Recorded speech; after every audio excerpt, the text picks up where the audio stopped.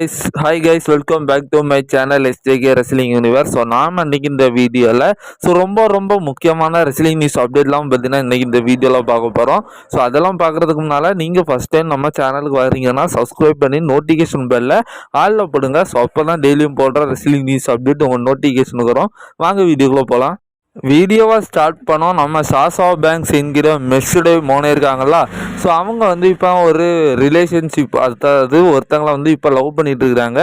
So அவங்க வேற யாரும் இல்லை, ஏடபிள்யூ சேர்ந்த பீஸ்ட் மார்டாஸ் அப்படிங்கிறவர் தான். ஸோ சாஷா பேங்க்ஸ் ஆல்ரெடி ஒருத்தரை பார்த்தீங்கன்னா லவ் பண்ணி டேட்டிங்லாம் பண்ணிருந்தாங்க. அதுக்கப்புறம் அவங்களுக்கும் கருத்து ஏற்பாடு பண்ணி பிரிஞ்சுட்டாங்க. ஸோ இப்போ வந்து இந்த ஏடபிள்யூ சேர்ந்த பீஸ்ட் மார்டாஸை வந்து லவ் பண்ணுறதாட்டி இப்போதைக்கு அஃபிஷியல் நியூஸ் கிடச்சிருக்கு. ஸோ அடுத்ததாக இப்போ நம்ம லீவ் மார்கனுக்கு வந்து இன்ஜுரி ஆகிருக்கு. ஸோ இதுக்கு மேலே அவங்க எப்போ வருவாங்க அப்படிங்கிற மாதிரி நம்ம எல்லாத்துக்கும் ஒரு கேள்விக்குறி இருக்கலாம். ஸோ இப்போதைக்கு ரசல் ஓட்ஸ் என்ன மாதிரி அப்டேட் கொடுத்துருக்காங்கன்னா, மேபி லீவ் மார்கன் வந்து அதுக்கான சிகிச்சையெல்லாம் முடிச்சுட்டு வர்றதுக்கு கிட்டத்தட்ட 3 மாதம் வரைக்கும் ஆகலாம் அப்படிங்கிற மாதிரி சொல்லியிருக்காங்க. ஸோ அது வரைக்கும் அந்த டைட்டில்ஸ் வச்சு என்ன செய்ய போகிறாங்க தெரில. மேபி அவங்க அதை ரிலீஸ் பண்ணுவாங்களா அப்படிங்கிறதும் தெரிய மாட்டேங்கி. ஸோ இப்போதைக்கு நம்ம லீவ் மார்கன் வந்து சிகிச்சையிலேருந்து வெளியே வர்றதுக்கே 3 மாதம் ஆகும் அப்படிங்கிற மாதிரி சொல்லியிருக்காங்க. ஸோ அடுத்ததாக நாளைக்கு நடக்கிற ஸ்மாக்டவுன் எபிசோடுக்கு 3 அமேசிங் மேட்சஸை பற்றினா கன்ஃபார்ம் பண்ணி வச்சுருக்காங்க. ஸோ ஒன்று வந்து நம்மளுடைய ஆஸ்கா ரொம்ப நாளைக்கு அப்புறம் ஃபைட் பண்ணுறாங்க. ஸோ ஆஸ்காய்க்கும் நம்மளுடைய அலெக்சா பிளஸுக்குமான செமிஃபைனல் குயின் ஆஃப் த ரிங்குக்கான டோர்னமெண்ட் மேட்ச் நடக்குது. ஸோ அதேமாரி ரேண்டி ஆர்டனுக்கும் சாமி செயினுக்கும் செமிஃபைனல் பற்றினா நடக்குது. ஸோ அதுக்கப்புறம் வந்து ஜான்சன் ஆகிக்கும் நம்மளுடைய ஆர்ட்ரூத்துக்குமான ஒரு சிங்கிள்ஸ் மேட்ச் பற்றின நடக்க போகுது. ஸோ இது வந்து அஃபிஷியல் தான். ஸோ குறிப்பிட்டு சொல்லணும்னா இந்த king and queen of the ரிங்குக்கான டோர்னமெண்ட்டில் ஸோ அந்த போன வாரம் பார்த்தீங்கன்னா நடந்த எல்லா மேட்ச்லேயும் யாருக்கும், அதாவது அந்த டைட்டில் கார்டில் ஸோ யாருக்கும் மேலே வந்து அந்த க்ரௌன் வந்து சூடப்பட்டிருந்துச்சோ ஸோ அவங்க தான் வந்து வின் பண்ணாங்க. ஸோ அதே பேட்டர்னில் நாளைக்கும் நடந்து இதேமாரி அந்த பேட்டர்னில் நடந்துச்சுன்னா ஒரு வேளை நம்மளுடைய Alexa Bliss and Randy Orton win பண்ணுறதுக்கு வாய்ப்பு இருக்குது. சொல்ல முடியாது. WWE வந்து இவங்க ஆல்ரெடி கண்டுபிடிச்சிட்டாங்கன்னு சொல்லி இதை அப்படியே திருப்பி போட்டாலும் போடலாம். ஸோ அடுத்ததாக ரீசெண்ட் டைமில் நம்மளுடைய கோரா ஜேட் வந்து ஒரு இன்டர்வியூவில் இருந்திருக்காங்க. ஸோ அதில் வந்து அவங்க பார்த்தீங்கன்னா, ஸோ நீங்கள் வந்து திரும்ப வந்து WWE வருவீங்களா அப்படிங்கிற மாதிரி கேட்டதுக்கு, முதல்ல நான் வந்து WWE விட்டு போனோன்னே நடக்கலை. ஸோ அவங்க தான் என்னை வந்து வெளியே வரட்டி விட்டுட்டாங்க. ஸோ இதுக்கு மேலே நான் வருவேனா அப்படின்னு கேட்டிங்கன்னா, நான் மேபி வருவேன். அதுக்கான காரணம் வந்து நான் வந்து மீண்டும் அந்த WWEயில் இருக்க அஃபிஷியல்ஸுக்காக போக மாட்டேன். ஸோ நான் வந்து அங்கே இருந்த நேரங்கள் வந்து எனக்கு ரொம்ப பிடிச்சிருந்துச்சு. ஸோ அங்கே இருக்கிற ஃபேன்ஸ்கள் எனக்கு ரொம்ப பிடிச்சிருந்துச்சு. ஸோ நான் அவங்கள பார்க்குறதுக்காக வேணால் நான் திரும்ப போனோம் இல்லையா, WWE மேனேஜ்மெண்ட்டுக்காக போக மாட்டேன் அப்படிங்கிற மாதிரி சொல்லியிருக்காங்க. So anything is possible. Maybe எப்போ அந்த வாய்ப்பு கிடச்சுன்னா நான் திரும்ப வரதான் செய்வேன் அப்படிங்கிற மாதிரி ஸோ கோராஜி சொல்லிடுறாங்க. ஸோ இப்போ WWE நினச்சா மீண்டும் அவங்கள கொண்டு வரலாம், பட் நினைக்கணும். ஸோ அப்படி நினச்சாலும் இப்போ கோராஜர் என்ன சொல்லியிருக்காங்கன்னா, அது எப்படியுமே ட்ரிபிள் ஹெச்சுக்காண்டியே கிடையாது. ஸோ அங்கே இருக்கிற நிக்கான், அங்கே இருக்கிற அஃபிஷியல்ஸ் யாருக்காகவுமே அவங்க வர்றது மாரி இல்லை. மேபி வந்து ஃபேன்ஸுகளுக்காக மட்டுமே அவங்க வந்து வந்தால் WWEக்கு வருவாங்க அப்படிங்கிற மாதிரி சொல்லியிருக்காங்க. ஸோ அதேமாரி நம்ம கோராஜேடோட ட்ரீம் ஆப்போனண்ட் யாராக இருக்காங்க அப்படிங்கிற மாதிரி அந்த இன்டர்வியூவில் கேட்டதுக்கு ஸோ நம்ம கோராஜேட் சொல்லியிருக்காங்க. ஸோ இப்போதைக்கு என்னோட ட்ரீம் ஆப்போனண்ட் வந்து சாஷா பேங்க்ஸும் பெய்லியும் தான் அப்படிங்கிற மாதிரி சொல்லியிருக்காங்க. ஸோ இங்கே 2 பேருமே வந்து நம்ம கோராஜேடோட சைல்டுஹுட் ஹீரோ. ஸோ அடுத்ததாக WWE சேர்ந்த CEO நிக்கான் வந்து ஒரு இன்டர்வியூவில் கலந்துருக்காரு. ஸோ அதில் அவர் என்ன சொல்லியிருக்காங்கன்னா, ஸோ WWE கிரியேட்டிவ் கண்ட்ரோலை பற்றி பேசுனதுக்கு ஸோ இவர் வந்து நாங்கள் வந்து எங்களோட கிரியேட்டிவ் கண்ட்ரோல்கிட்ட ஸோ ரொம்ப என்கரேஜ் பண்ணுவோம். ஸோ அவங்கள பயங்கரமாக ஊக்குவிப்போம்.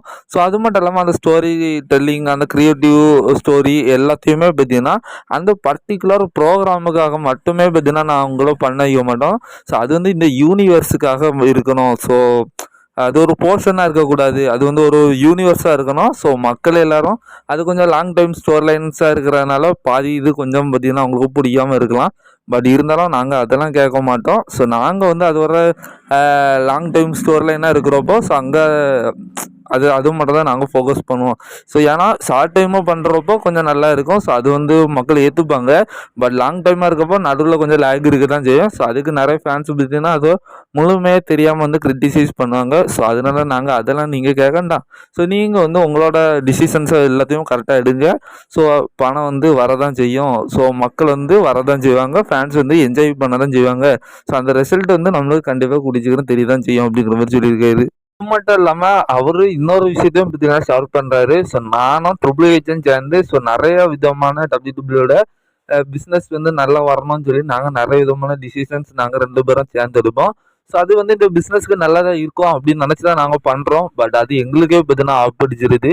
ஸோ நாங்களே நிறைய எவ்ரி டைம் நாங்க ஒரு டிசிஷன்ஸ் எடுக்கிறோம்னா அதுல சிலவற்றை பார்த்தீங்கன்னா எங்களுக்கு வந்து மிஸ்டேக்ல தான் போய் முடியுது. இருந்தாலுமே அது எங்களுக்கு தெரியுது. இருந்தாலும் சரி நம்ம யோசிச்சுட்டோம். இது வந்து நல்லா வந்தா எப்படி இருக்கும் அப்படிங்கிற ஒரு காரணத்துக்காண்டி ஸோ வரத பார்த்துக்கலாம். நம்ம அத ட்ரை பண்ணி பார்ப்போம் அப்படிங்கிற ஒரு முடிவுக்கு நாங்க வரோம். ஸோ அது வந்து டக்குனு வந்து ஃபேன்ஸ் எல்லாரும் ஸோ கழுவி ஊத்திடுறாங்க அப்படிங்கிறத அவரே ஓப்பன் அப் பண்றாரு.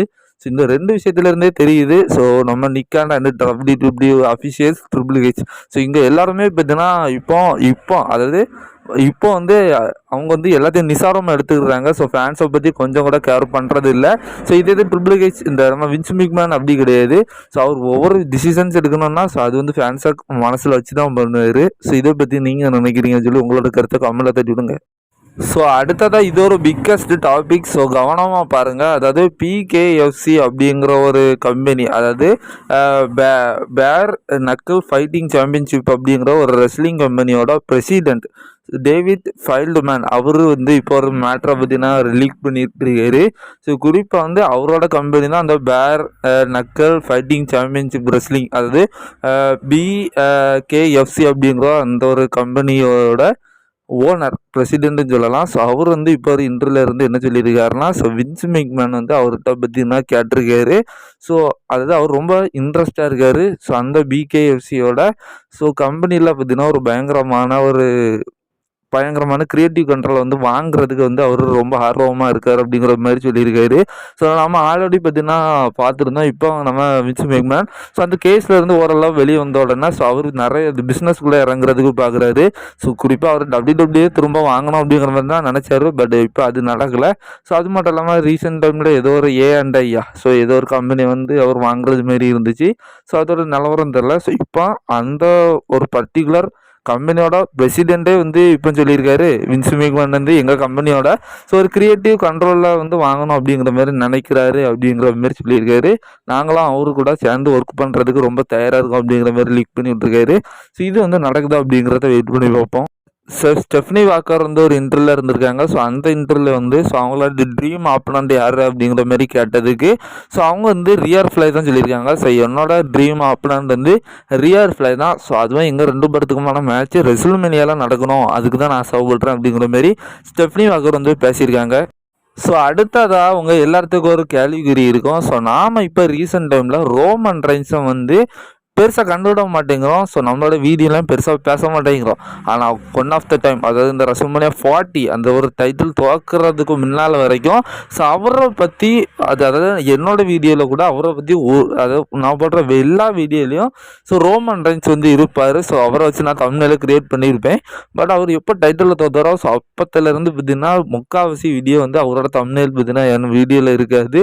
ஸோ அதுக்கான காரணம் என்னென்னா ஸோ WWE வந்து அவரை ஒழுங்காக WWE கொண்டு வரதில்லை. ஸோ கொண்டு வந்தால் தான் அவரை பற்றி ஏதாவது நியூஸு காரியங்கள் இருக்கும்.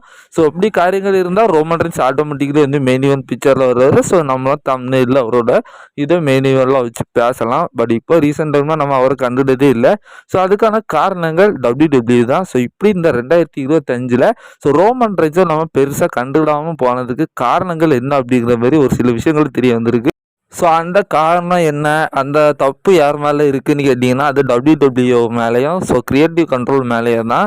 ஸோ ஏன்னா இப்போ WWE வந்து ஒரு குறிப்பிட்ட ஸ்டோரி லைன் மேலே கான்சென்ட்ரேட் பண்ண மாட்டேங்காங்க. ஸோ திடீர்னு இந்த சைடு போகிறாங்க, ஸோ திடீர்னு பிளட் லைனுக்குள்ளே போகிறாங்க, ஸோ அதுக்கப்புறம் ஜான்சனோட ஹில்டன் பக்கம் வராங்க.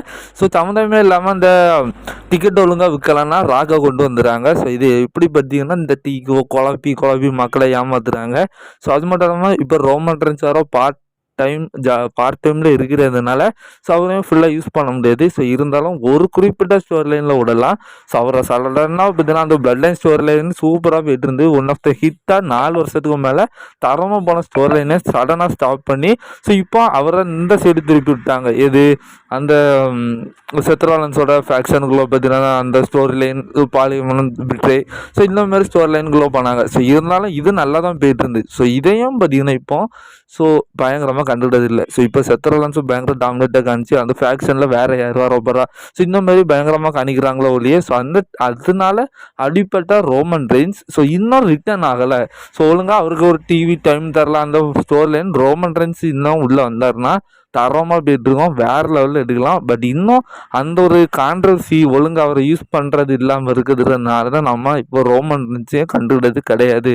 ஈவன் நம்ம போடுற வீடியோக்கிகளை கூட ஸோ ரோமன் ரெயின்ஸ் எப்போ வர்றாரு அப்படி இப்படின்லாம் மக்கள் கொஞ்சம் அவர் மேலே ஒரு க்யூரியாசிட்டி இருந்துச்சு. பட் இப்போ அது பெருசாக இல்லை. ஏன்னா இப்போ அவர் பார்ட் டைமில் இருக்கிறது எல்லாத்துக்கும் தெரிஞ்சு போச்சு. ஸோ அது மட்டும் இல்லாமல் WWE இதுக்கு மேலே சொல்லியும் பிரயோஜனம் கிடையாது. நம்ம இதுக்கு முன்னால் கொஞ்ச நேரத்துக்கு முன்னே சொன்னோம்ல, ஸோ ஃபேன்ஸ் நீங்கள் என்னென்னையும் பேசிட்டு போங்க, நாங்கள் முடிவு பண்ணி வச்சிருக்கிறது long time storyline. Shorts time ஸ்டோர் லைனுக்காகலாம் நாங்கள் இப்படியெல்லாம் செய்ய போகிறது கிடையாது. லாங் டைம்னா நாங்கள் ஒரு 10 நிமிஷம் இல்லை ஒரு டைம் ஒரு பேபிக்கு மட்டும் உங்களுக்கு ஒரு சந்தோஷத்தை தருவோம் அப்படிங்கிறத அவங்களே ஓப்பனாக பேசுகிறாங்க. ஸோ இந்த மாதிரி இருக்கிறவங்ககிட்ட ஸோ நம்ம என்னென்ன தான் பண்ணாலும் நடக்காது. 1 ட்ரூத் மாதிரி ஸோ ரிலீஸ் பண்ணவரை திரும்ப கொண்டு வந்து தெரியுமா. ஸோ அந்த மாதிரி ஒரு சேனல் இருக்கணும். ஸோ இல்லைனா விவான் கோடி மாதிரி ஒரு ஹேஷ்டேக் இருக்கணும். இல்லைன்னா ரோமன் ரெயின்ஸை ஒரு ஃபுல் டைம் ரெஸ்லராக பார்க்கணும். ஸோ இன்னொன்று ரோமன் ரெயின்ஸை நம்ம கன்னடாமல் போனதுக்கு காரணம் WWE அவரை ஒழுங்காக யூஸ் பண்ணல. ஸோ அவரை ஒழுங்காக யூஸ் பண்ணாததுக்கு காரணமும் ரோமன் ரெயின்ஸ். ஸோ எதுன்னா ஸோ இப்போ ரீசெண்டாக அவர் ஒரு இன்டர்வியூவில் இருந்திருந்தார். ஸோ அந்த இன்டர்வியூவில் என்ன சொல்லியிருந்தார் அப்படின்னு கேட்டிங்கன்னா, நம்ம ஆல்ரெடி ஒரு வீடியோ போட்டிருந்தோம். ஸோ நான் என்னோட உடல்நிலை சரியில்லை, 2 வருஷத்துக்குள்ளே நான் ஹாலிவுட்டுக்கு போயிடுவேன் ஒழுங்கா. ஸோ அதுக்கப்புறம் இந்த WWE எல்லாம் கொஞ்சம் கொஞ்சமாக நான் குறைக்க ஆரம்பிச்சிடுவேன் அப்படிங்கிற மாதிரி சொல்லியிருக்காரு. ஸோ இப்படி திடீர்னு ரிட்டையர்ட் ஆக போகிற ஒருத்தனை நம்ம எதுக்காக இவ்வளோ புஷ் பண்ணணும்னு சொல்லி WWE இப்படி கூட நினச்சிருக்கிறது வாய்ப்பு இருக்குது. இப்படி அங்கங்கே ஓவர் பாயிண்ட் ஆஃப் வியூவில் பார்த்தீங்கன்னா நிறைய விஷயங்கள் பண்ணுறாங்க. ஸோ அதனால தான் நாம ரோமன் ரெயின்ஸை பார்த்தீங்கன்னா கண்டுக்கிட்டது கிடையாது. ஸோ இருந்தாலும் அந்த சாப்டர்ஸ் எதுவுமே முடியலை, பிளட் லைன் சாப்டர்ஸும் முடியலை. ஸோ இப்போ நம்ம செத்து சாப்டரும் முடியலை. கண்டிப்பாக இது நடக்கும். என்ன இதை கொஞ்சம் லாங் டைம் இழுத்துட்டு போகிறதுனால ஸோ இப்படி டைம் ஆஃப் பண்ணி நம்மளை பார்த்தீங்கன்னா உட்கார வச்சுருக்காங்க. பட் கண்டிப்பாக ரோமன் ரெயின்ஸுக்கு இதில் எல்லாத்துலேயும் ஒரு பங்கு இருக்குது. ஸோ அடுத்ததாக இப்போதைக்கு நம்மளுக்கு ஒரு ரூமர் செய்தி கிடச்சிருக்கு. ஸோ அதாவது நம்மளுடைய செத்ரோலன்ஸோட ஃபேக்ஷனில் ஸோ மேபி இப்போ இன்னும் சில பேர் ஆடாவாங்கன்னு இருக்குல்ல. ஸோ அதில் இப்போ 2 பேர்த்தோட நேம் அடிப்படுது. ஸோ ஒன்று ஈத்தான் பேஜ், இன்னொன்று ரிக்கி சேன்ஸ். ஸோ இங்கே 2 பேரும் NXTயில் இருக்கிறாங்க. ஸோ மேபி ஏதோ ஒரு பேப்பரில் பார்த்தீங்கன்னா இங்கே 2 பேரும் வந்து செத்ரோலன்ஸ் கூட ஆட் ஆயிடுவாங்க அப்படிங்கிற மாதிரி சொல்லப்படுது. வெயிட் பண்ணி பார்க்கலாம். நம்ம இப்போ மெயின் ஈவென்ட் நியூஸை பற்றி பார்க்க போகிறோம். ஸோ மெயின் ஈவெண்ட்டில் கோல்டுபர்கை பற்றி தான் பார்க்க போகிறோம். ஸோ அதுக்கு முன்னால் நீங்கள் சேனலுக்கு புதுசாக வந்திருக்கீங்கன்னா தயவுசெய்து சப்ஸ்கிரைப் பண்ணி வச்சுக்கோங்க. அப்போ தான் நான் போடுற வீடியோஸ் உங்கள் நோட்டிஃபிகேஷன் வரும். ஸோ நோட்டிஃபிகேஷன் பேலெல்லாம் அலோவ் பண்ணுங்க. ஸோ இப்போ என்னென்னா நம்ம இதுக்கு முன்னே நான் இதுக்கு முன்னே போட்ட லாஸ்ட் அப்டேட் வீடியோவில் ஸோ நம்மளுடைய கோல்டுபர்கோட அந்த Saturday night main event match எப்படி இருக்க போகுது. ஸோ அதுதான் அவரோட லாஸ்ட் மேட்ச் அப்படிங்கிற மாதிரி கொஞ்சம் டீட்டெயிலாக போட்டிருந்தேன். ஸோ பட் அந்த வீடியோ சுத்தம் ஃப்ளாப்பு, பெருசாக வியூஸ் ஒன்றும் போகலை. ஸோ பட் அதில் பெரிய அப்டேட்டு அந்த மெனு ஒன்றில் இருக்குது. ஸோ நீங்கள் பார்த்துட்டு இதில் வந்தால் தான் உங்களுக்கு புரியும். ஸோ இப்போ அதோட ஒரு கண்டினியூட்டி பார்க்கலாம். ஸோ மேபி அந்த சாட்டர்டே நைட் மெனு ஒன் மேட்ச்சில் கோல்டுபர்கோட லாஸ்ட்டு மேட்சாக இருக்காது அப்படிங்கிற மாதிரி சொல்லப்படுது. ஸோ அப்போ அவரோட லாஸ்ட்டு மேட்ச் எங்கே இருக்கும்னு கேட்டிங்கன்னா சம்மர் ஸ்லாமில் இருக்கலாம் அப்படிங்கிற மாதிரி சொல்லப்படுது. ஸோ அப்போ சாட்டர்டே நைட் மெனுவில் அவர் டைட்டிலில் ஜெயிச்சிருவாரா, ஸோ அப்போ சம்மர் ஸ்லாமில் அவர் டைட்டிலில் தோற்று ரிட்டையர்ட் ஆகிடுவாரா அப்படிங்கிற கேள்விக்குறி வரலாம். பட் இப்போதைக்கு அவரோட லாஸ்ட்டு மேட்ச் சம்மர் ஸ்லாமில் இருக்கலாம் அப்படிங்கிற மாதிரி மட்டும் சொல்லப்படுது. இப்போ சாட்டர்டே நைட் மெனுவில் சில சம்பவங்கள் நடக்கிறது மாதிரி தான் இருக்குது. ஸோ இப்போ அவரோட லாஸ்ட் மேட்சை பற்றி பேசிட்டேன். பட் இப்போ அந்த சாட்டர்டே நைட் மெயின் ஈவெண்ட்டில் என்ன நடக்கும் அப்படின்னு கேட்டிங்கன்னா ஸோ அதெல்லாம் நான் இதில் சொல்ல மாட்டேன். ஏன்னா அதில் இருக்க மேட்ரு தான். ஏன்னா நான் லாஸ்ட்டாக போட்டு அப்டேட் வீடியோவை நீங்கள் கிளியர் கட்டாக பார்த்துட்டு இப்போ வாங்க. பட் அதில் ஒரு சில விஷயங்கள் மாறுறதுக்கு வாய்ப்பு இருக்குது. ஏன்னா அதில் நான் கோல்டுபர்கோட லாஸ்ட்டு மேட்சாக இருக்கிறத மனசில் வச்சு தான் ஸோ அந்த வீடியோ நான் போட்டிருக்கேன். பட் இப்போதைக்கு அவரோட லாஸ்ட்டு மேட்ச் சம்மர் ஸ்லாம் அப்படிங்கிற மாதிரி சொல்லியிருக்காங்க. ஸோ என்ன நடக்குதுன்னு தெரில, பார்க்கலாம். பட் நீங்கள் நான் லாஸ்ட்டாக போட்டு அப்டேட் வீடியோ மட்டும் பார்த்துட்டு வாங்க, அப்போ தான் உங்களுக்கு புரியும்.